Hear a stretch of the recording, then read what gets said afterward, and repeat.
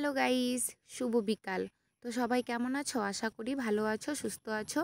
আমিও খুব ভালো আছি। কোচবিহারের ছোট্ট একটি গ্রাম থেকে আমি বৃষ্টি। আমার এই নতুন ব্লগে তোমাদের অনেক অনেক স্বাগত ও শুভেচ্ছা জানিয়ে আজকের ব্লগটি শুরু করছি। তো আমাদের সবাইকে একসাথে দেখে আবার হয়তো তোমরা বুঝতেই পারছো যে আমরা কোথাও একটা যাচ্ছি।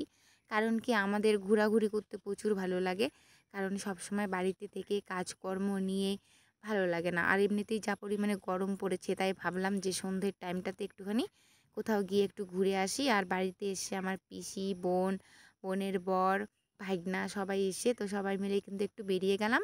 আর তার সঙ্গে আছে আমার কাকুর ছেলে ভাই, একটা বেয়াই, আর অর্পিতা, আমি। তো এই যে চলেই আসি, দেখো এই যে সেই একটা ফেভারিট জায়গা, সেটা হচ্ছে এই যে মাটির ভাঁড়ের চা খাওয়ার জায়গাটা। এর আগেও আসছিলাম, তোমরা হয়তো দেখেছো আমার ব্লগে। তো আজকে আমি পিসিদেরকে নিয়ে আসছি এখানটায়।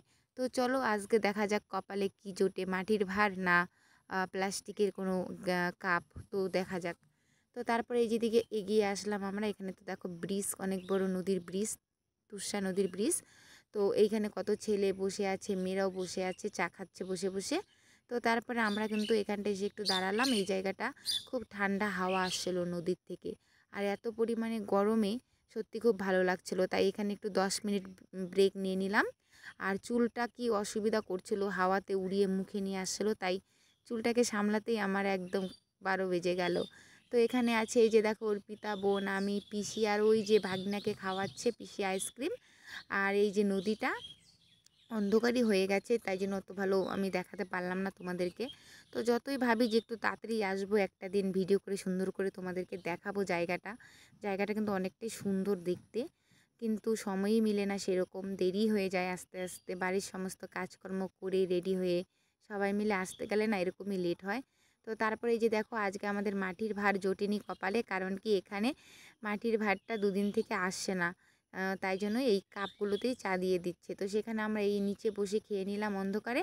আর এখানে এসে দেখো মানসিদার সাথে দেখা হয়ে গেল। কে কে চেনো একে অবশ্যই আমাকে কমেন্ট করো।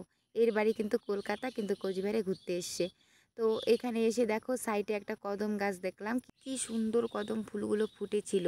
তো এখানে আমার ভাইগনার ভেজাল, এই ফুলগুলো পেরে দাও। তারপর ওই যে পাশে দেখো দুটো দাদা ছিল, তো পিসি গিয়ে বলল, তো দাদাটা কিন্তু ফুলগুলো পেরে দিল। কিন্তু দেখো তারপরের অবস্থা, তো যতক্ষণে দিচ্ছিল না একদম বায়না করে কান্নাকাটি করে রাগ দেখিয়ে একাকার করে দিচ্ছিল। যেই দিল বাস মন শান্তি হয়ে গেল। আর এইখান থেকে এই যে দেখো ফুল নাড়তে গিয়ে হাতে দেখো হাতটা লাগিয়েছে। আর কি অবস্থা, এখন পিসি মুছে দিচ্ছে, যাচ্ছেও না। তো যাই হোক ফুলগুলো আমি নিলাম হাতে, খুব সুন্দর লাগছিল। আর তারপরে এই যেখানে সবাই বসে আমরা দেখো চা তো খেয়েছি, আগে আইসক্রিম খাচ্ছিলাম।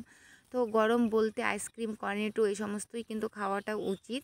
আর এখানে এই যে দেখো আমার ভাইগনা আইসক্রিম খাচ্ছে, এগুলো কুরকুরে খাচ্ছে, অনেক কিছু খেয়েই যাচ্ছে, আর অনেক রকমের হাসি হাসা করছিল। তো আমার ভিডিওটা এতটুকুই।